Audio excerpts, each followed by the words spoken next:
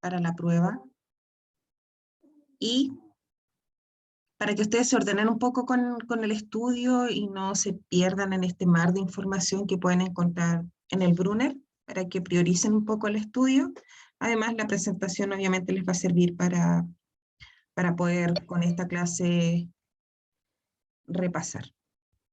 Yo esta presentación se las dejé en la carpeta, no sé si alguien la vio, me parece que sí, en la carpeta de la asignatura, así que ahí está ya disponible para que la puedan revisar. ¿Dudas?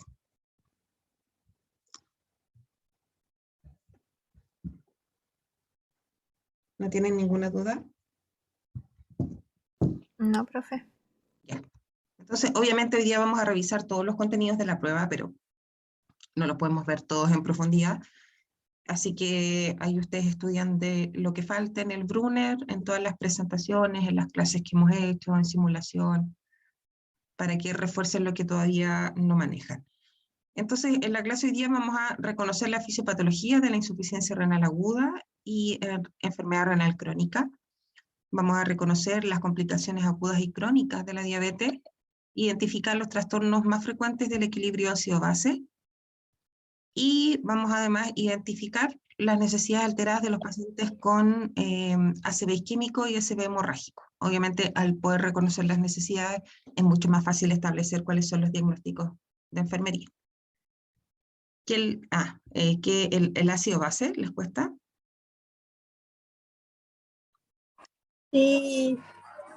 Sí, yo creo, chiquillo, bueno, la primera vez que uno lo revisa puede resultar un poco confuso, pero yo les mandé videos y varios enlaces para que ustedes revisaran mnemotecnias que se pueden utilizar para identificar un trastorno ácido-base. Igual lo vamos a revisar hoy día y vamos a hacer algunos ejercicios. ¿Ya? Está el caso clínico que yo les dejé en la plataforma, hay guías para que practiquen, hay un montón de videos en internet que pueden revisar también para reconocer un equilibrio ácido-base. ¿Ya? Ya lo vamos a revisar con más calma. Entonces, recordando un poco lo que ya habíamos hablado de insuficiencia renal, de la insuficiencia renal aguda, las causas se dividen en tres: causas prerrenales, intrarrenales y posrenales. La insuficiencia renal aguda, a diferencia de la enfermedad renal crónica, es un cuadro clínico reversible que se puede presentar en pacientes sin patología previa, y dentro de las causas prerrenales están ¿cuáles? ¿Alguien me puede nombrar una causa prerrenal? Hipotensión. Sí, muy bien. La hipotensión implica hipoperfusión renal, por tanto puede ser una causa de insuficiencia renal prerrenal. ¿Qué otra causa?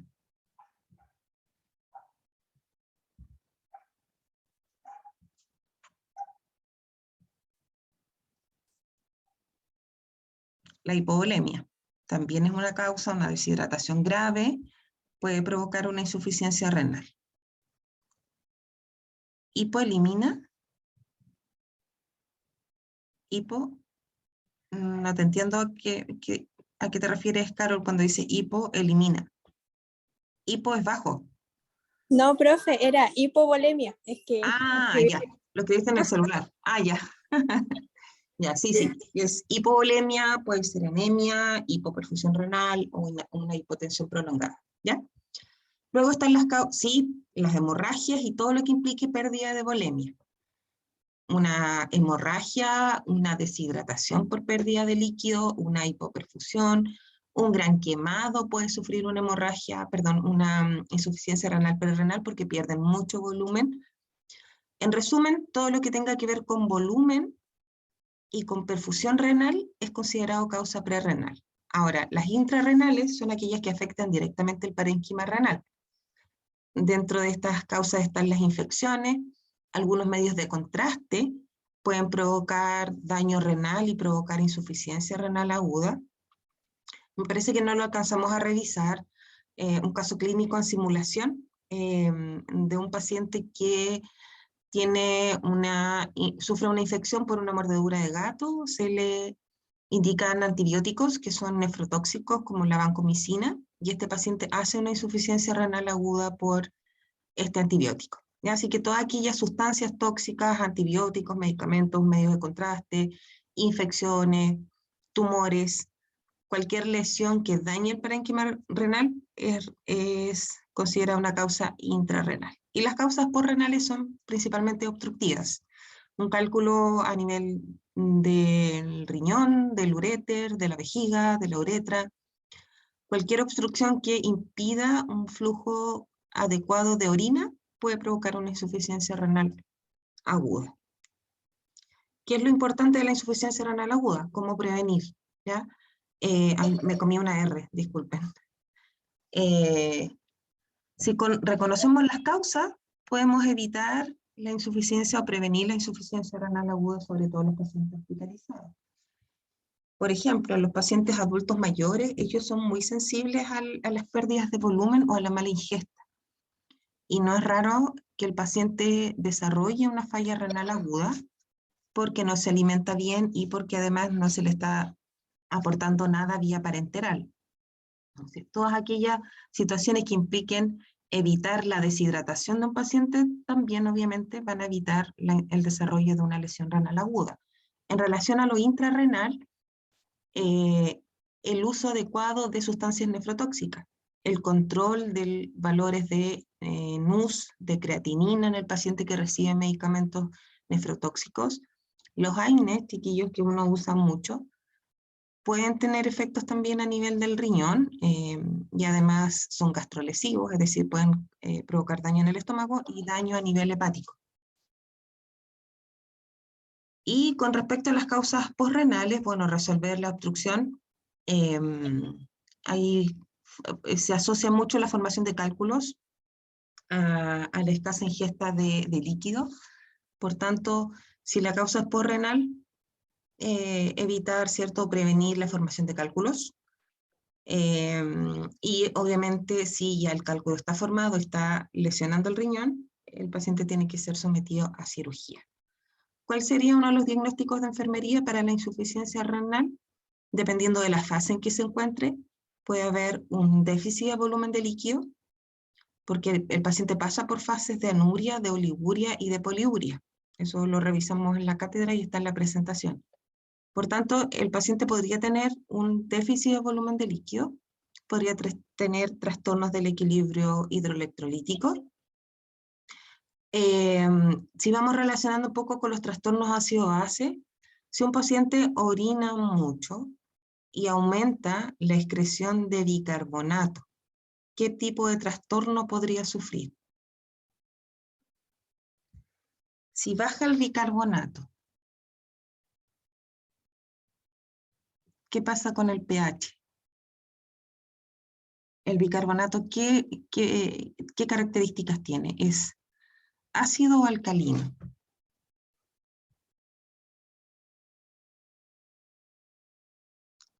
El bicarbonato es alcalino. Por tanto, al disminuir el bicarbonato, el pH se nos va a ir hacia abajo, ¿cierto? Pues estoy perdiendo alcalinidad, por tanto va a haber un exceso de hidrogeniones. Esto es directamente proporcional. Si disminuye el bicarbonato, proporcionalmente van a haber más hidrogeniones que tienen un carácter ácido. Por tanto, al disminuir el bicarbonato, el pH se vuelve ácido, ¿ya? Y en ese caso estaríamos hablando de qué tipo de trastorno. Acidosis. ¿De qué tipo? Metabólica. Porque si el problema es del riñón, le ponemos al tiro el apellido que es metabólico. ¿Qué parte del cuerpo, qué organismo compensa una acidosis metabólica?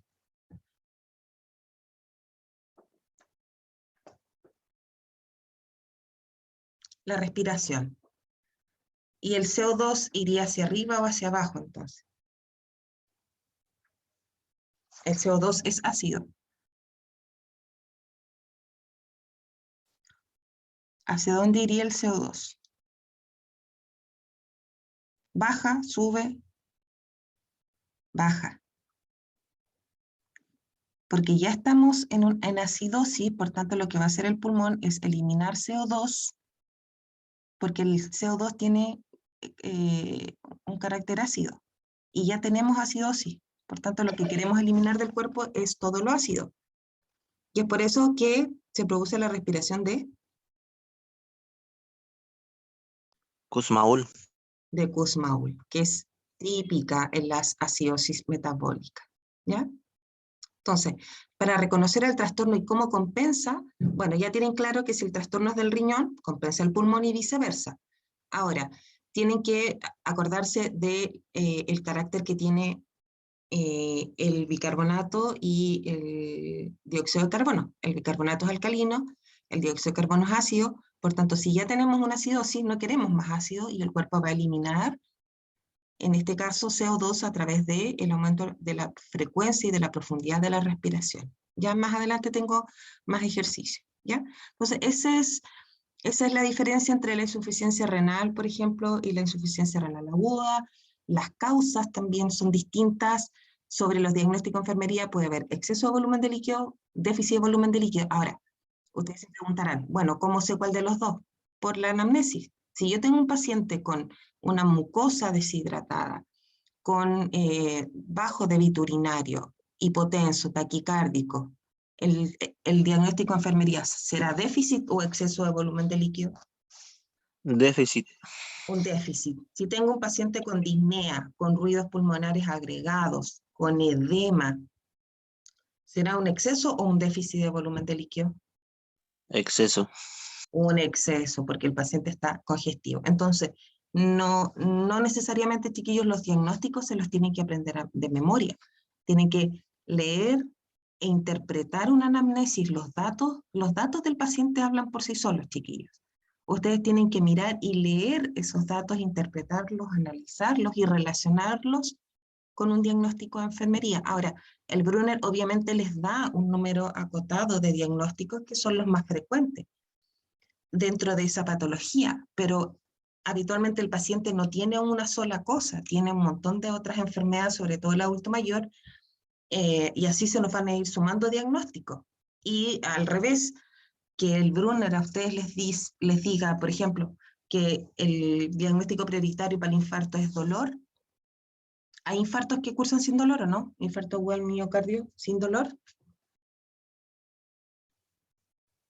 Sí, en mujeres y en pacientes diabéticos.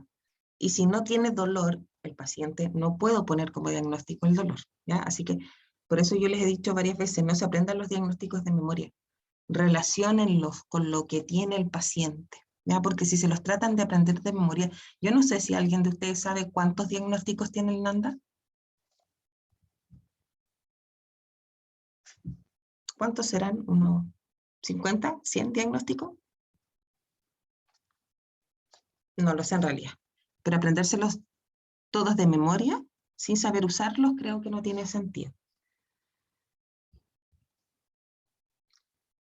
Enfermedad renal crónica, ¿ya? Es la etapa final de la insuficiencia renal crónica. ¿Y cómo se define? Como una velocidad de filtración glomerular menor a 60 ml al minuto. Así se define, perdón, menor a 90 ml al minuto. ¿Qué quiere decir esto? Que el riñón es incapaz de filtrar una cantidad determinada de sangre porque ya su función se ha ido deteriorando con el transcurso del tiempo, ¿ya? Ahí yo les puse un cuadro, si se fijan ya en la etapa final con una velocidad de filtración glomerular menor a 15 ml minuto, el paciente ya necesita sustitución renal, que puede ser la diálisis o el trasplante de riñón si el paciente es candidato. Hay una fórmula para calcular velocidad de filtración glomerular, no les voy a pedir ahora que se la aprendan, pero es importante que sepan que existe un examen que no es difícil, que permite determinar cuánto está filtrando el riñón, ¿ya? Y a partir de eso también la enfermedad renal crónica se va a clasificar en estadios dependiendo del volumen que sea capaz de filtrar el riñón en un minuto. Ahora, con respecto a la fisiopatología, la principal causa de la insuficiencia o de la enfermedad renal crónica es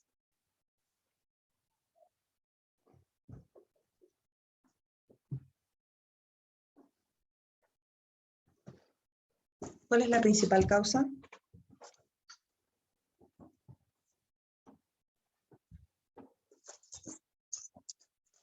¿Nadie sabe?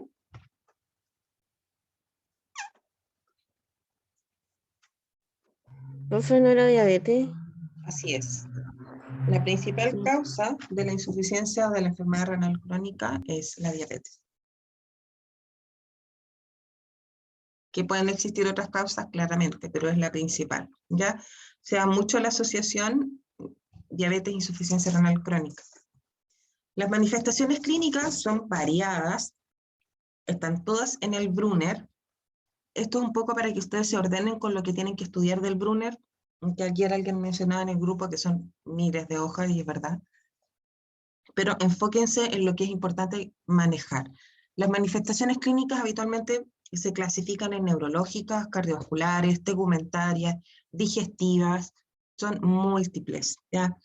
Solo como ejemplo, el paciente con enfermedad renal crónica tiende a ser hipertenso, porque al no filtrar un volumen adecuado, hay menos producción de orina y tiende a retenerse agua y sodio, ¿ya? Por tanto, ahí también hay un cuidado de enfermería.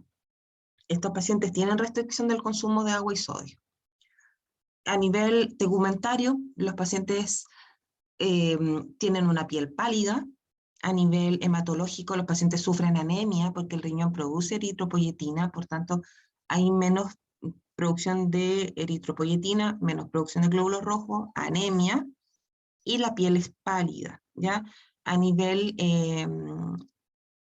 del equilibrio electrolítico, los pacientes tienden a sufrir hipercalemia, hiperpotasemia, porque hay una disminución, ¿cierto?, en la producción de orina.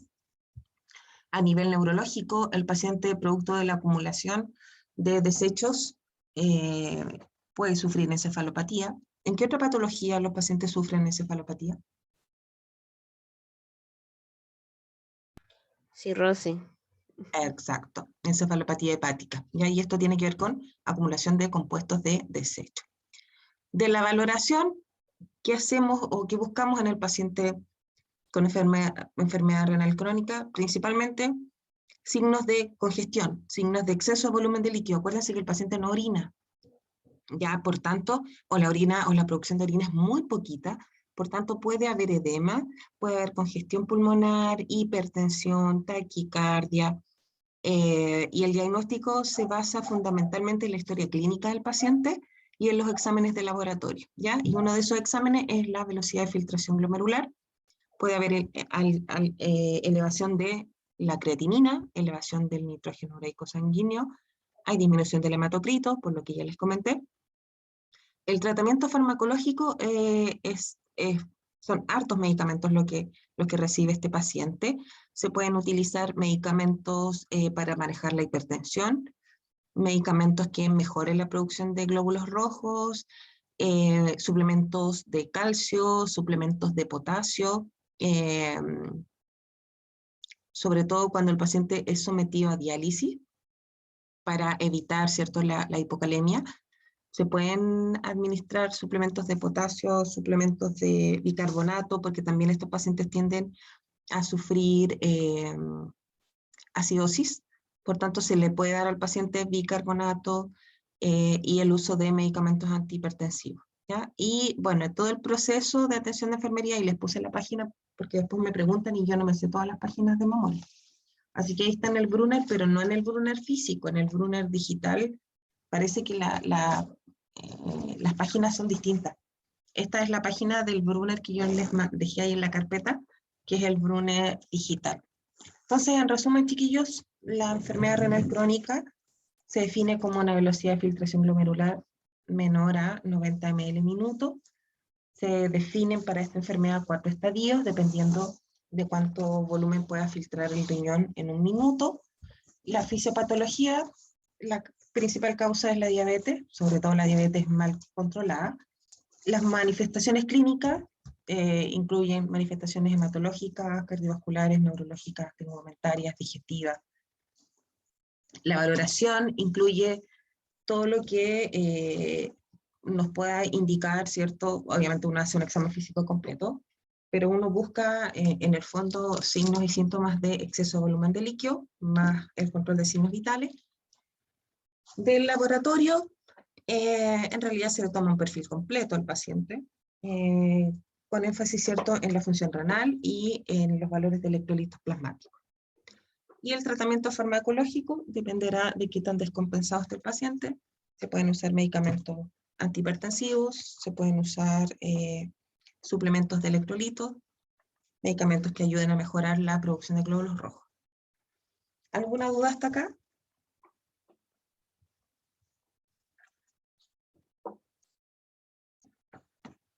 Chiquillos, ¿nada? No, Hablen, profe. de momento no. hablen ahora o callen para siempre. ¿No? ¿No hay ninguna duda? Ya.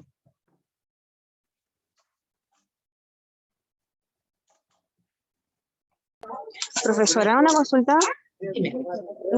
Yo he escuchado que uno, lo que hacen, los que van al gimnasio toman creatinina. ¿Y eso no le afecta a los riñones? ¿Seguro que se llama creatinina? Creatina. Creatina. ¿Seguro? Sí. ¿Que se llama así? Sí. ¿No es lecitina? No, se llama creatina. ¿O Un frasquito en carnitina? polvo. ¿O L-carnitina? No, profe, se llama creatina. Hay dos, una monohidratada, creo, por ahí se llama, y la otra es, ya ni me acuerdo el nombre, pero es creatina. Pues es una proteína. Sí, y es Ya. como un suplemento alimenticio.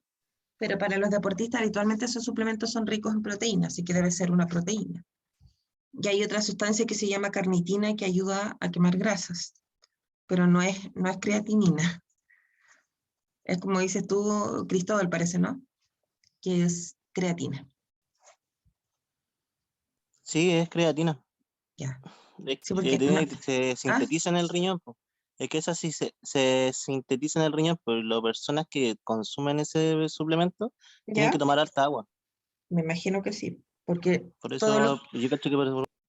todos los que consumen muchas proteínas tienen que tomar mucha agua, porque las proteínas son moléculas grandes, entonces al haber una mala ingesta se puede dañar el riñón. Lo mismo pasa cuando uno hace, ya les hablo de insuficiencia renal aguda, mucho ejercicio en poco tiempo y ejercicio muy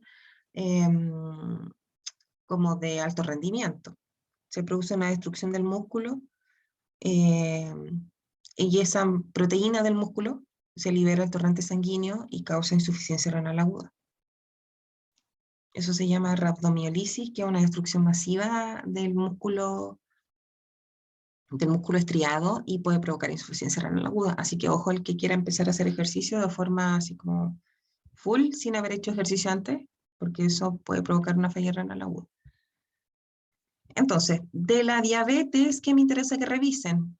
Las complicaciones agudas y crónicas. Ya probablemente es un tema que van a ver mucho en muchas asignaturas, el manejo del paciente ambulatorio lo van a ver en atención primaria, pero de la diabetes, ¿qué me interesa que reconozcan? Primero las complicaciones agudas. Dentro de las complicaciones agudas, independiente del tipo de diabetes que estemos estudiando, y yo les recomiendo que lean diabetes 1 y diabetes 2, no se metan con los otros tipos de diabetes. Una de las complicaciones más habituales asociadas al tratamiento de la diabetes es la hipoglicemia, ¿ya? ¿Con qué medicamentos se da más? Con aquellos medicamentos que aumentan la producción de insulina, que son los secretagogos, entre esos la glibenclamida y la insulina. ¿Ya? Los otros medicamentos como la metformina, la verdad es que son considerados normoglicemiantes. No aumentan la producción de insulina, pero sí aumentan la captación o la utilización periférica de la glucosa. Por tanto, el riesgo de hipoglicemia con la metformina es menor. Dentro de las otras complicaciones agudas, que son 3, está la cetoacidosis diabética. ¿En qué tipo de pacientes se da más? En los pacientes con diabetes tipo 1. ¿Ya? ¿Por qué se caracteriza la cetoacidosis diabética? ¿Y por qué se produce? Por abandono de tratamiento, por un proceso infeccioso. ¿Y qué sucede en el organismo? al haber este aumento, ¿cierto?, en los niveles de glucosa, y no haber insulina, porque en los diabéticos tipo 1, acuérdense que no hay insulina, el cuerpo no la puede utilizar. Por tanto, se empieza a acumular la glucosa en sangre, el riñón la empieza a eliminar a través de la orina, se produce una poliuria, una diuresis osmótica, es decir, al eliminar glucosa también elimina agua, y al haber un aumento en la diuresis, una poliuria, hay polidipsia, que es mucha sed, y como no se está utilizando la glucosa porque no hay insulina, el paciente siente mucha hambre, y eso se llama ¿cómo se llama? El exceso de hambre. No se llama ansiedad, pero ¿cómo se llama? Polifagia. Polifagia. Fagia. Ya, entonces vamos a tener polidipsia, polifagia, poliuria, ¿ya? Y además, una característica de la cetoacidosis diabética es que se produce acidosis metabólica. Y van a tener las alteraciones típicas de una acidosis metabólica con un pH bajito, con un CO2 bajo tratando de compensar y con un bicarbonato bajito, ¿ya? La otra complicación es el estado hiperesmolar, o lo que se llamaba antes el coma hiperosmolar, pero hoy día se habla en realidad de síndrome hiperosmolar no cetósico, y se da mucho en pacientes diabéticos tipo 2. Y la gran diferencia entre este tipo de complicaciones y en la cetoacidosis diabética es que en este estado hiperosmolar no hay acidosis, no hay producción de ácido láctico, por tanto no hay acidosis, pero sí puede haber deshidratación. En el manejo de estas complicaciones lo prioritario es reponer el volumen. Hay que hidratar al paciente y bajar la glicemia, que está habitualmente por sobre los 600. En el caso clínico que yo les dejé en un Word para que lo editen, el primer caso clínico es una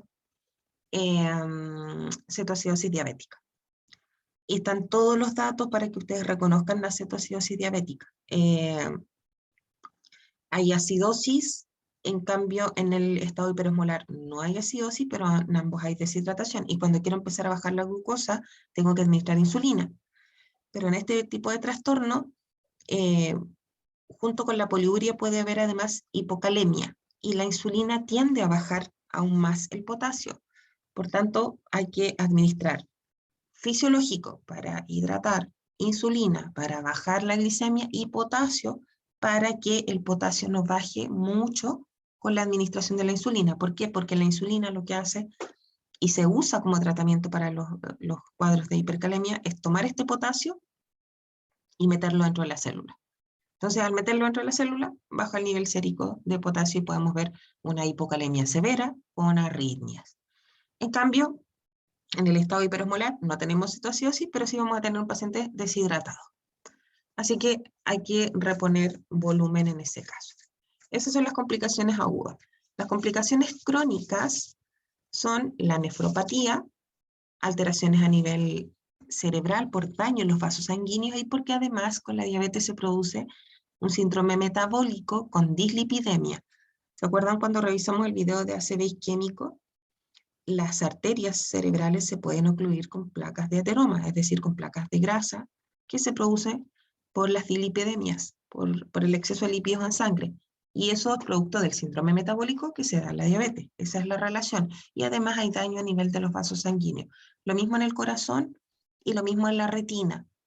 No voy a hablar del pie diabético, pero ahí hay también otra complicación que se da por daño en los nervios, que es una neuropatía, y por isquemia, ¿ya? Por tanto, los pacientes no sienten dolor cuando se hacen heridas y les llega menos sangre a las extremidades inferiores. Por tanto, es por eso que los pacientes diabéticos son más propensos a las infecciones y cicatrizan más lento las heridas, sobre todo a nivel periférico. Por eso es que la diabetes es considerada un factor de riesgo cardiovascular, porque al dañar los vasos en el corazón y en el cerebro pueden producir infartos, síndrome coronario, o pueden producir ACV isquémico, y en la retina es frecuente la pérdida de visión progresiva en el paciente diabético no compensado. ¿Dudas? Esas son las complicaciones que se dan con los años. O sea, se pueden dar, un paciente con una complicación crónica se puede complicar con una complicación aguda, claramente sí.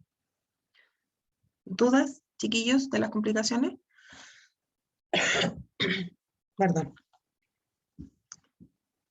¿No? ¿No hay dudas? ¿Cuál es la relación con la enfermedad renal crónica? El daño en los vasos sanguíneos que les acabo de mencionar. Trastornos del equilibrio óseo-base. Existen 4 posibilidades, no les voy a hablar de los trastornos mixtos.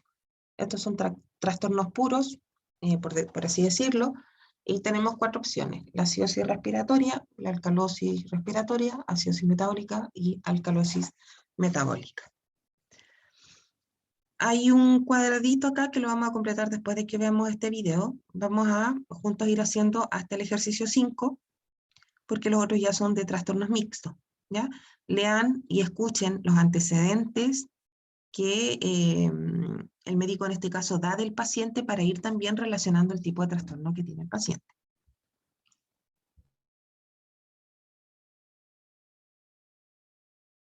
Hola, ¿cómo están? Les habla Roberto Áñez. En este video vamos a hacer algunos ejercicios sobre el equilibrio ácido-base. Y lo vamos a resolver aquí Sí, profe. Sí, se escucha. Ya, perfecto. para que todos aprendamos. Vamos con el primer ejercicio. Hola, ¿cómo están? Les habla Roberto Áñez. En este video vamos a hacer algunos ejercicios sobre el equilibrio ácido-base. Y lo vamos a resolver aquí para que todos aprendamos. Vamos con el primer ejercicio. En este caso tenemos un paciente masculino de 30 años, quien es llevado en estado de coma a la emergencia, respondiendo solo a estímulos dolorosos. Su respiración es poco profunda y disminuida en frecuencia. El familiar refiere haber encontrado varias cajas vacías de tranquilizantes junto a él. ¿Ok? En este caso probablemente tenemos un paciente que tuvo un intento de autólisis, se consumió gran cantidad de tabletas que según la familiar dice que son tranquilizantes. ¿Ok? Esos tranquilizantes pudieron afectar el estado de conciencia, deprimiendo el sistema nervioso central, llevándolo al coma y también deprimiendo la función respiratoria. Entonces también tenemos una respiración poco profunda y disminuida. El médico le hace un pH y gases o una gasometría arterial y obtiene estos valores. Vamos a ir comparándolos con los valores. Ya. ¿Cómo está el pH? Tiene 7.2. ¿Está alto, bajo, normal? Bajo. ¿Cómo está la PCO2? Alta, ¿Y el bicarbonato? alto, Ya, si el pH está bajo, ¿estamos frente a una acidosis o a una alcalosis? acidosis,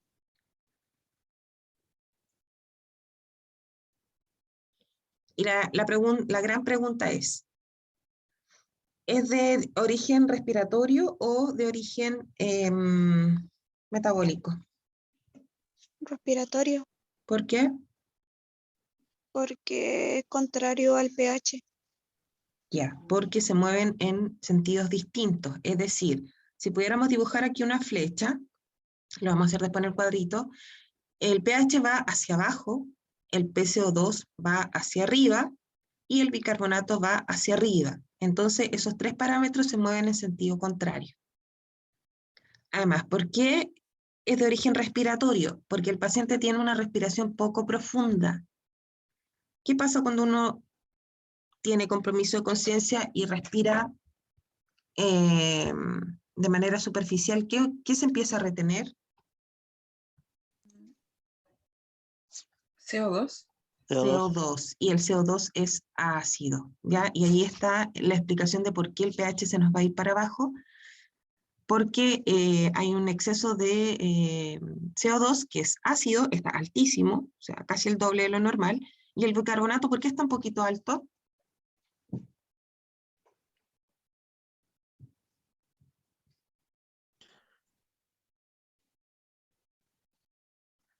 ¿Por qué está alto? Dijimos que si el trastorno respiratorio compensa el riñón. ¿Qué está haciendo el riñón en este rato? Está absorbiendo bicarbonato. Exacto. Reabsorbe bicarbonato, que es alcalino, para compensar esa acidosis que tiene un origen respiratorio. valores normales. Tenemos un pH de 7.20 que está por debajo de lo normal, y ya sabemos que un pH bajo es igual a acidosis. Tenemos una PCO2 por encima de lo normal, está por encima de 45, ¿ok? Y tenemos un bicarbonato que está también por encima de lo normal, pues está en 27, ¿ok? Entonces tenemos acidosis con PCO2 alta y bicarbonato alto. ¿Qué es lo que hay que identificar? Bueno, la acidosis y el tipo o el trastorno del pH y el tipo de trastorno, o sea, si es metabólico o es respiratorio. Entonces vamos a ver qué concuerda con qué, vamos a ir viendo eso. Si tenemos acidosis, tenemos que ver cuál fue lo que lo produjo o qué componente produjo la acidosis, si fue el PCO2 o fue el bicarbonato. Si fue el PCO2, entonces la causa será respiratoria, y si fue el bicarbonato, la causa será metabólica, ¿ok? Entonces tenemos acidosis con PCO2 alta. Recordemos que la PCO2 es un compuesto ácido, o es un compuesto que se traduce en las cargas ácidas, y el bicarbonato es un compuesto alcalino. Entonces, si hay acidosis, será por la causa del CO2. Entonces, este CO2 elevado conllevó a la acidosis, y el bicarbonato alto se produjo porque el riñón está intentando compensar, reabsorbiendo mucha cantidad de bicarbonato y formando bicarbonato de nuevo. Entonces, el diagnóstico como tal es acidosis respiratoria, ¿ok? Vamos entonces al ejercicio 2. El ejercicio 2 es que después de 48 horas de tratamiento en la UCI, el paciente desde el ejercicio 1 está todavía estuporoso y conectado a ventilación artificial. ¿Ok? Acá está el paciente, está conectado a ventilación mecánica, es decir, depende de una máquina que le permita respirar. ¿Ok? Entonces se le hace un pH control. Ya, ¿quién me dice qué tipo de trastorno es ese?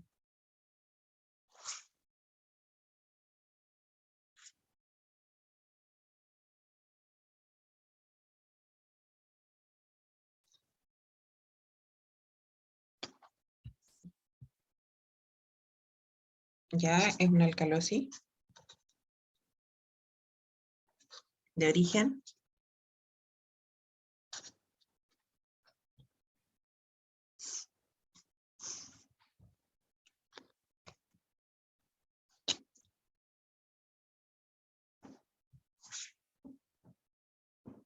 ¿Es respiratoria o metabólica?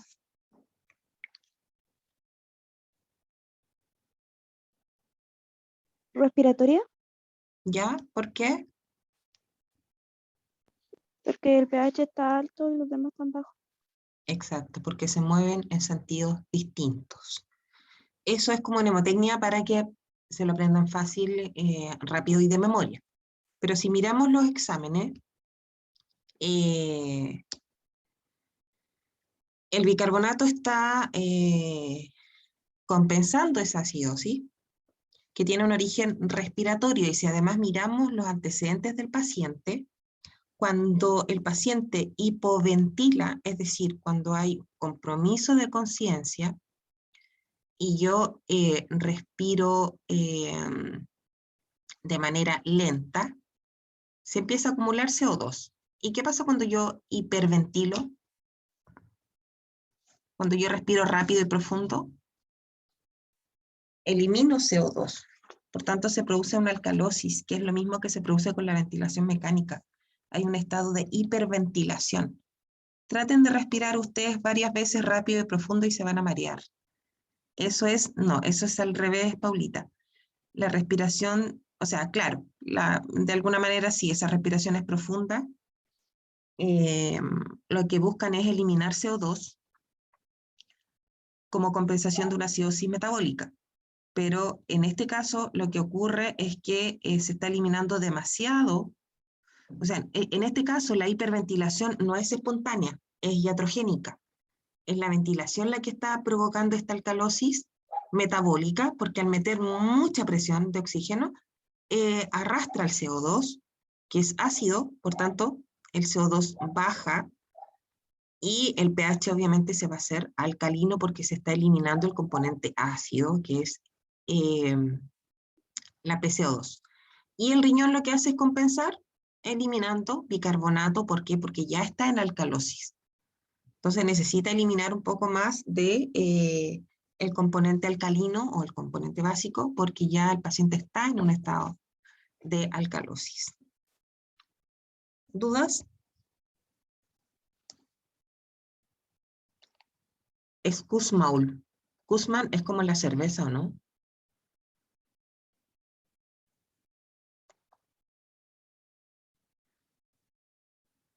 Ya. ¿Qué cosa explico de nuevo?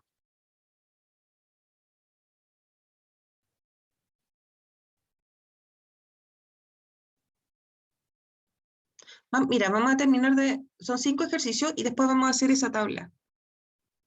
Ah, ya. Terminemos los ejercicios y después con esa tabla les va a quedar, yo creo que mucho más claro.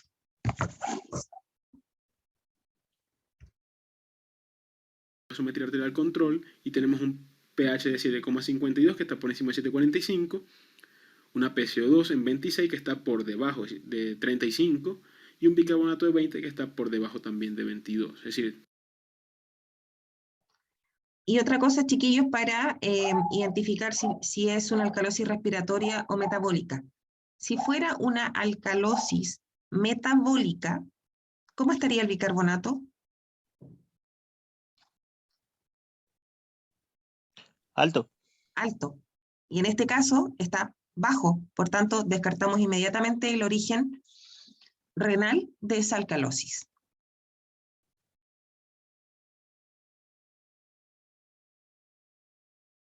tenemos tanto PCO2 baja como bicarbonato bajo y pH alto con alcalosis.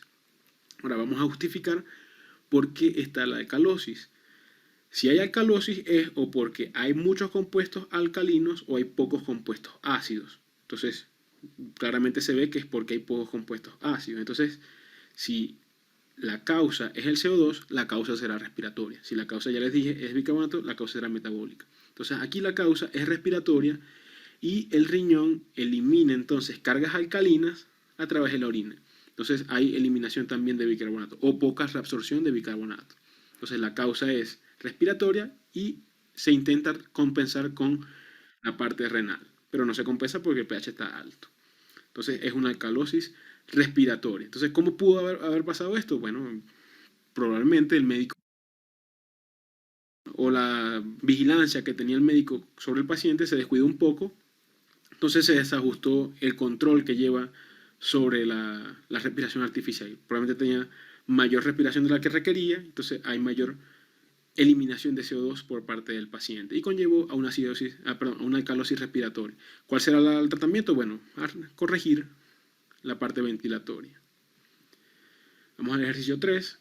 Tenemos un paciente masculino de 50 años que llega a la emergencia con estado de deshidratación, respiración profunda, frecuencia respiratoria aumentada y aliento cetónico en el examen clínico es apreciable. Vamos a ver cómo está el pH. ¿Qué trastorno tiene? Acidosis. ¿Ya? ¿De qué origen? Metabólica. ¿Por qué?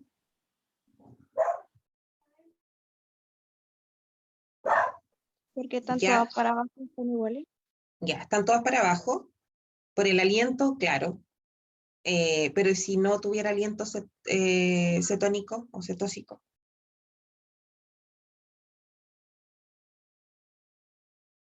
¿Por qué? Les voy a explicar por qué. Ahora, lo que creo que lo que es la Camila, que todos se mueven en el mismo sentido, es de origen metabólico. Pero ¿por qué otra cosa? Sabemos que el pH está bajo, por tanto, al tiro decimos que es una acidosis. Si la acidosis fuera respiratoria, lo que está moviendo el pH hacia abajo sería un exceso de dióxido de carbono, que no es el caso. Por tanto, como el componente alcalino es el que baja, y eso hace que el pH baje, por eso se produce, por eso es de origen metabólico, ¿ya? Porque el componente alcalino es el que está bajando, lo que hace también que baje el pH. Es por pérdida de alcalinidad. Y eso hace que el pH se vuelva más ácido, ¿ya? Esa es como otra manera de interpretarlo, además de usar como la mnemotecnia que dice Camila. Tenemos un pH de 7,10, está por debajo de 7,35. La PCO2 está por debajo de 35, porque está en 20, y el bicarbonato está en 5, es decir, está por debajo de 22. Tenemos entonces acidosis con PCO2 baja y bicarbonato bajo. Vamos a ver cuál es la causa. La causa en este caso de la acidosis es por el bicarbonato bajo. En vista de que hay poco bicarbonato, no hay cargas alcalinas suficientes, entonces baja el pH. Y entonces la parte respiratoria intenta compensar eliminando CO2. ¿Okay? Por eso baja el CO2 también. Entonces la causa es metabólica y esto será una acidosis metabólica. ¿Cuál será el tratamiento acá? Corregir lo que llevó a la disminución del bicarbonato. En este caso, tal como se aprecia, aliento cetónico, probablemente haya sido una cetoacidosis, probablemente diabética, entonces hay que corregirlo con insulina. Esto es muy frecuente en diabéticos tipo 1, que no producen insulina, se controlan mal, no se colocan la insulina y desarrollan esta enfermedad. Y ven cómo la parte respiratoria intenta compensar eliminando la parte del CO2. Hay una respiración profunda y rápida. Esa respiración en la parte de cetoacidosis diabética o en el contexto de una cetoacidosis diabética se conoce como una respiración de Kussmaul. Y bueno, esto no es necesario que lo sepan, pero sí me interesa que sepan el diagnóstico, acidosis metabólica. Vamos entonces al ejercicio 4. ¿Qué nos dice el ejercicio 4? Es un paciente de 17 años que llega a la emergencia y se le coloca una solución endovenosa no especificada. Luego presenta alteración de estado de conciencia. Así, nada más. En vista de eso se le hacen algunos exámenes, entre ellos una gasometría. Supongamos que esta fue la solución, no sé, es un ejemplo. La gasometría presenta pH. Ya, ¿cómo está el pH? Alto, bajo, normal. Está alto, bajo, normal. Alto. Ya. La PCO2. Alta. Alta. El bicarbonato. Alto. ¿Qué trastorno tiene? Alcalosis Alcalosis metabólica. metabólica. Muy bien. Si fuera respiratoria, la PCO2 estaría bajita, porque al perder ácido, el pH se vuelve alcalino. Pero como en este caso, el pH está elevado, es lo que está compensando la alcalosis metabólica.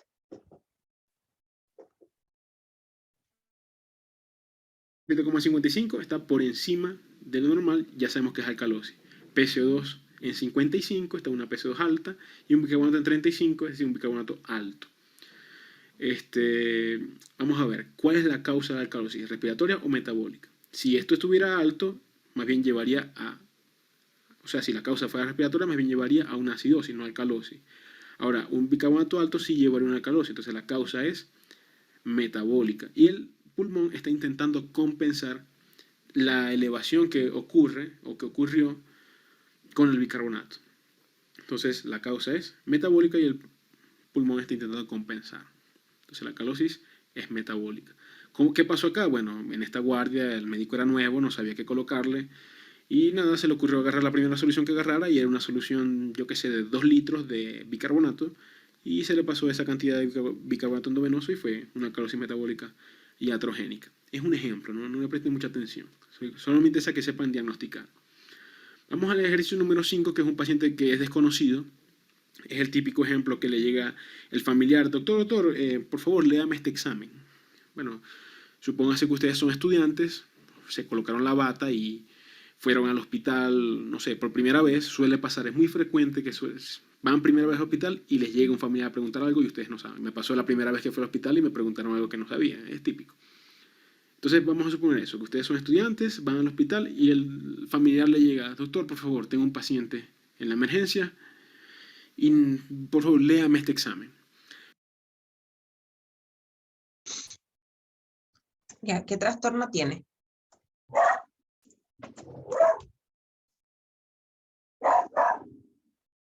Acidosis. ¿Ya? ¿De qué origen?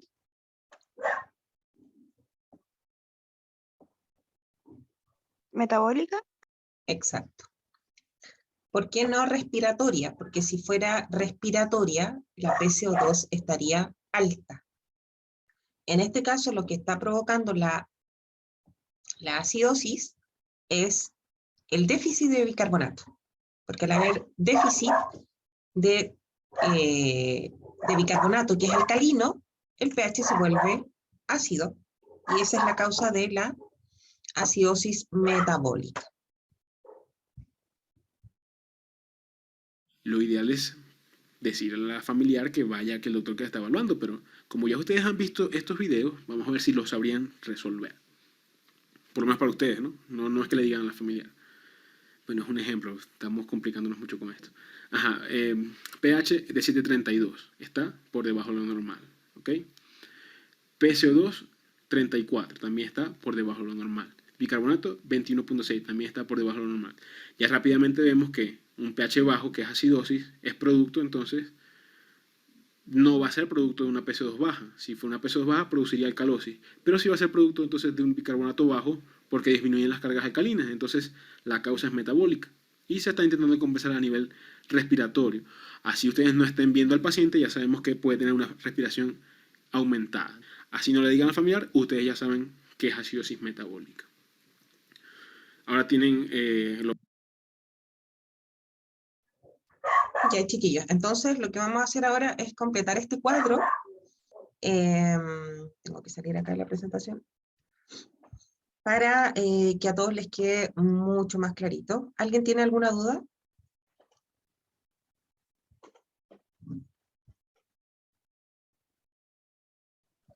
Yo, profe, Cuéntame. no me quedó muy claro el tema de diferenciar si es acidosis metabólica. ¿Mm? ¿O Eso respiratoria? no, la metabólica, eso es lo que no entiendo mucho. O sea, cómo asociarla en un caso. Mira, primero hay que mirar las causas, y eso está en el Brunner. ¿Cuáles son las causas de acidosis? ¿Cuáles son las causas de alcalosis? Y luego leer los exámenes. Hay causas súper claras de acidosis y hay causas súper claras de alcalosis. Por ejemplo, un compromiso de conciencia donde tú retienes CO2 siempre va a provocar acidosis respiratoria porque tú retienes CO2. En un paro, en un paciente en paro, el paciente retiene CO2 y va a cursar con una acidosis respiratoria. En un paciente que está hiperventilado, en ventilación mecánica, y para que te acuerdes, es lo mismo que cuando uno infla globos, el CO2 baja, y como baja el componente que es ácido, que es el CO2, tu pH se vuelve alcalino. Esa es una causa de la alcalosis respiratoria, la hiperventilación. En el caso de las alcalosis metabólicas, las causas casi siempre tienen que ver con un exceso en el aporte de bicarbonato, que puede ser como en el caso que revisamos recién, y en el caso de una acidosis metabólica, lo que se está perdiendo es precisamente el componente alcalino, que es el bicarbonato. Entonces, si pierdes bicarbonato, estás con una acidosis. Y como el trastorno viene del riñón, es metabólico. Si tú retienes bicarbonato o le administras bicarbonato al paciente, va a ser alcalosis metabólica porque el origen no está en el pulmón. ¿Te queda un poquito más claro ahí? Sí, profe, ahí sí. Gracias. De nada.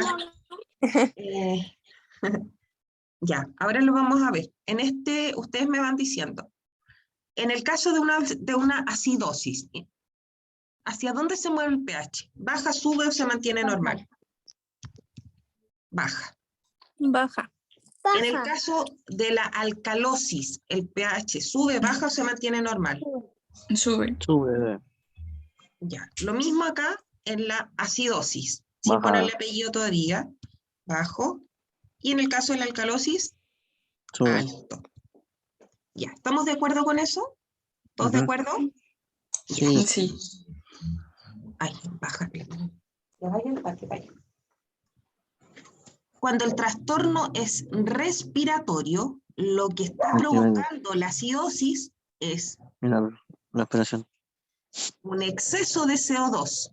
Por tanto, este va a estar alto. Y el bicarbonato, Va a subir para compensarlo. muy bien, va a subir para compensar. Por tanto, cuando el trastorno es respiratorio, como en este caso, lo que compensa es el órgano, entre comillas, contrario, que es el riñón. Ay, lo puse en amarillo, no sé. Me gusta el amarillo, pero no sé. En este caso, como el trastorno proviene del pulmón, la compensación se produce a nivel del riñón, como reabsorbiendo bicarbonato. Porque el bicarbonato es básico y está tratando de compensar un pH que está ácido. ¿Vamos bien hasta acá? ¿Chiquillos? Sí. Sí. Ya. Sí, ya. En la alcalosis respiratoria dijimos que el pH está alto. Como es respiratoria, ¿dónde se produce el trastorno? ¿En el riñón o en el pulmón? En el pulmón. Y la PCO2 es ácido. Entonces, ¿qué está pasando con ese CO2? Baja. ¿Está alto o está bajo? Está bajo. Porque al bajar este componente que es ácido, el pH se vuelve alcalino. ¿Y qué va a hacer el riñón para compensar? Bajar. Baja el bicarbonato, es decir, aumenta la excreción de bicarbonato.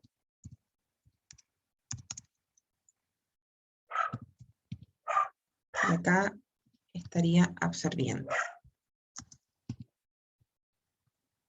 ¿Vamos bien hasta acá? Profe, no entiendo por qué una absorbe y otra excreta. Camila, Sí. ¿no entiendes por qué? ¿Por qué una absorbe y otra excreta? Ya. El bicarbonato es ácido básico. ¿Es ácido o básico? Básico.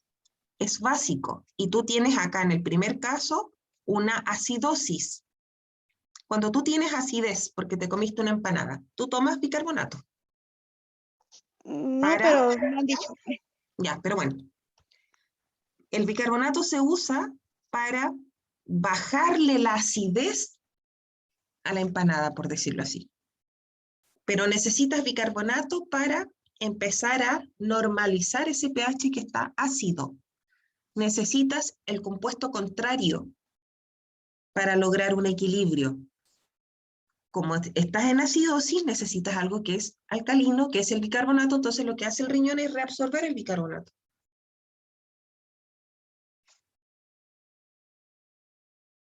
¿Se entiende? Sí, profe, sí, se entiende mejor. ¿Sí? Ya. Y en el Sí. caso que ya tengas una alcalosis, no quieres tanto bicarbonato, entonces lo empiezas a eliminar. Porque ya estás en alcalosis. Y como es de origen respiratorio, el que compensa es el riñón. Eliminando bicarbonato. Entonces, si está bajo, absorbo, y si está alto, boto. Exacto. Ah, ya. Vamos con la acidosis metabólica. Si es de origen metabólico, ¿cuál de estos dos parámetros es como el causante del trastorno? HCO3. El bicarbonato. ¿Va a estar bajo, alto o normal? Bajo. Bajo. Y lo que va a hacer el pulmón es tratar de eliminar CO2. Por tanto, el CO2 va a empezar a bajar porque el pulmón elimina CO2 que es ácido. Y ya tengo una acidosis, entonces necesito botar un poco de ácido.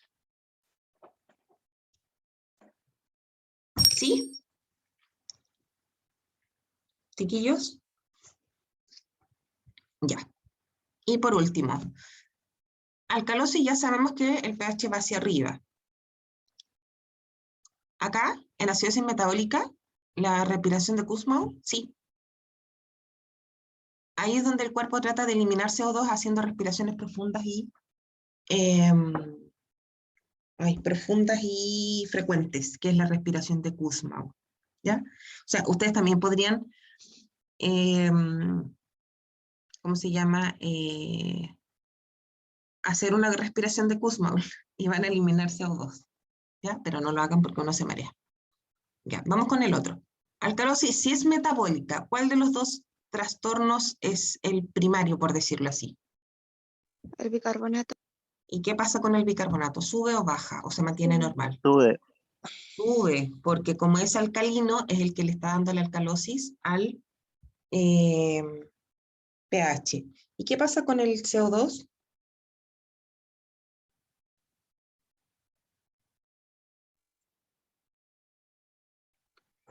Sube. El CO2 va a subir porque es ácido, ¿ya? Por tanto, para neutralizar el pH, lo que va a subir es el componente ácido de del compuesto, ¿ya? Y en estricto rigor, para compensar, el riñón lo que haría es retener CO2. Ahora, una cosa es la compensación y el otro el tratamiento. Para la acidosis respiratoria, el tratamiento, ¿el riñón qué? El pulmón. ¿Me equivoqué? No, es el pulmón. No. Es que tienen que pensar así como, es como contrario. Si se descompensa el riñón, compensa el pulmón, y si se descompensa el pulmón, compensa el riñón. Es así, es como al revés. Ya es que esto lo he leído y lo he visto tantas veces que ya me confundo.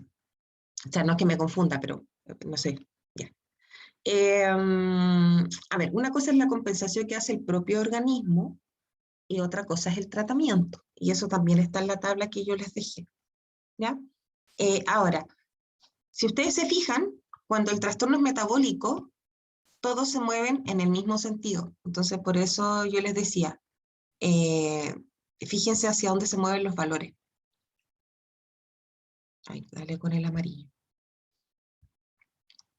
¿Se fijan que están todos bajos o todos altos? Eso es inmediatamente metabólico. Entonces, cuando estén frente a un caso clínico, yo les recomiendo que hagan una flechita al ladito. Aquí en este caso iría una flecha hacia arriba, que no sé cómo dibujarlo.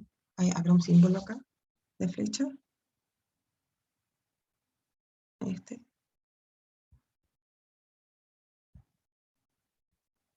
Tengo que dibujarla. Qué feo. ¿Y después cómo la hago para el otro lado? No sé. Pero es para que me entiendan. En el caso de que todos se muevan en el mismo sentido, va a ser metabólico. ¿Se puede girar esta flecha o no? Sí.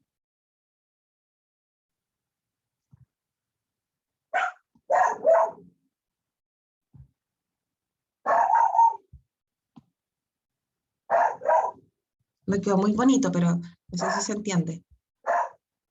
¿Sí se entiende? No se me ocurre de qué otra manera se... A ver, así.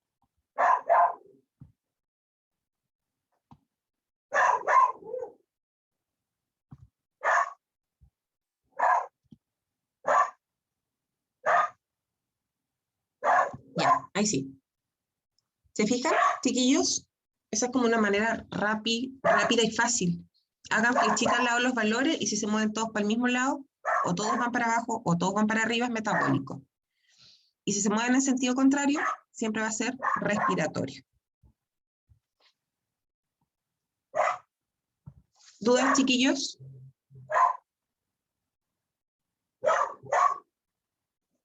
¿No? ¿Quedó más claro? ¿Quedó más claro? Sí. Ya, súper. Excelente. Entonces, esas son las combinaciones posibles. No les voy a hablar de los trastornos mixtos, porque es bastante más complicado, ¿ya? Y requiere más práctica. Y por último, del ACV, chiquillos, de los ACV, ahí quedaron las flechas.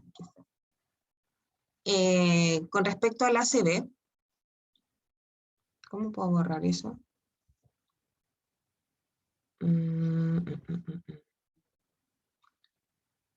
Ahí sí. Ya, con respecto al ACV, importante reconocer las necesidades alteradas para poder definir cuáles son los diagnósticos de enfermería. ¿Ya? La fisiopatología está en el Brunner y las manifestaciones clínicas tienen mucho que ver con todo. como dice la Paula, es todo. Como el cerebro controla todo, en el fondo es todo, ¿ya? Ahora, hay necesidades alteradas que tienen que ver con seguridad.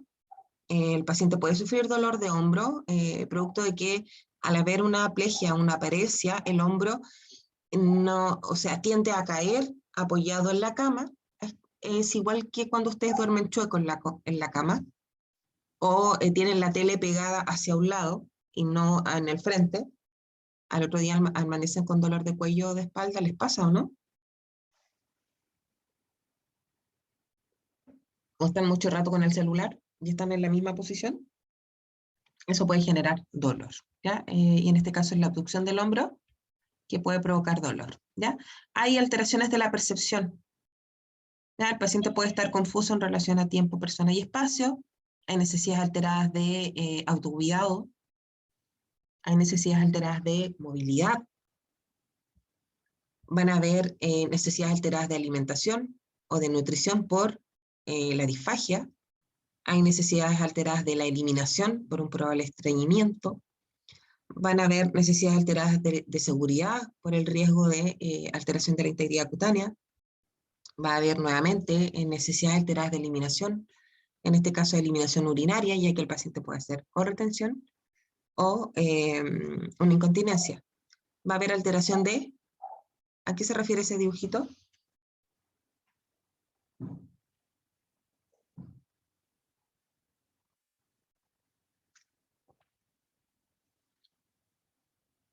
Chiquillos, ¿a qué se refiere ese dibujito? ¿A la? ¿Audición?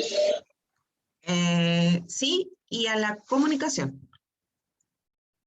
Ya puede haber, acuérdense que puede haber afasia de expresión, afasia de comprensión, va a haber un trastorno de la comunicación, ¿ya? Y además va a haber riesgo de lesión, porque el paciente, además de estar desorientado, va a haber algo de confusión, hay desconexión con el medio, por tanto también hay un alto riesgo de lesión, ¿ya? En el fondo, como decía la Paula, aquí se ven alteradas prácticamente todas las necesidades básicas, por eso es que el paciente con una ACV es un paciente altamente dependiente, ¿ya? Con respecto ya a la fisiopatología, las causas obviamente son distintas. El ACV hemorrágico es menos frecuente, pero tiene peor pronóstico que el ACV isquémico. Y a nivel de las manifestaciones dependerá del lado afectado. Ustedes saben que afecta el lado contrario. Si el ACV es del lado derecho, lo que se ve afectado es el lado izquierdo del cuerpo. Además, en la presentación de ACV les dejé la escala de Cincinnati, que es para determinar rápidamente si un paciente está sufriendo un ACV o no. Y dentro de las intervenciones, el manejo de la hipertensión craneal, mantener al paciente con la cabecera elevada en 30 grados, evitar que el paciente caiga su cabeza hacia el lado porque presiona la yugular y eso aumenta la presión venosa dentro del cerebro, manejo de líquidos y electrolitos. ¿Qué suero se tendría que usar en un paciente con una lesión cerebrovascular? ¿Un isotónico, hipertónico o hipotónico? Para evitar el edema cerebral. ¿Qué lesión Uno sería? Uno hipertónico. hipertónico. Una solución salina al 3%, ya que de hecho se usa. Se tienen que evitar las soluciones. No, isquémico es de isquemia, puede ser derecho o izquierdo. Hemorrágico puede ser derecho o izquierdo y las causas son distintas. En el isquémico hay una obstrucción de una arteria y en un hemorrágico hay una rotura de una arteria. Pero se pueden dar en ambos lados, ¿ya? Ya, chiquillos, si no hay ninguna otra duda, insisto, revisen el Brunner. Okay. Profe, Acá estoy, perdón que mi perra casi me deja sorda. ¿Qué pasó? Dígame. profe, ¿no hace mencionar los pares craneales o no? Les mandé un video de cómo memorizar los pares craneales. ¿No va a preguntar la prueba?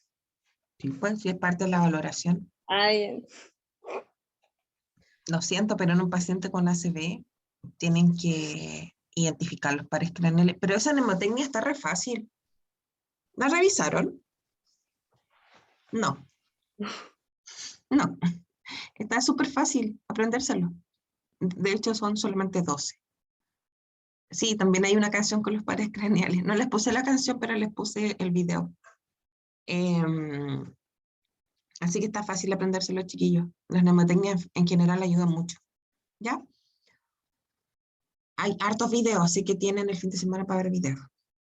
Chiquillos, entonces si no hay ninguna duda, revisen por favor todo el material, complementen con el Brunner.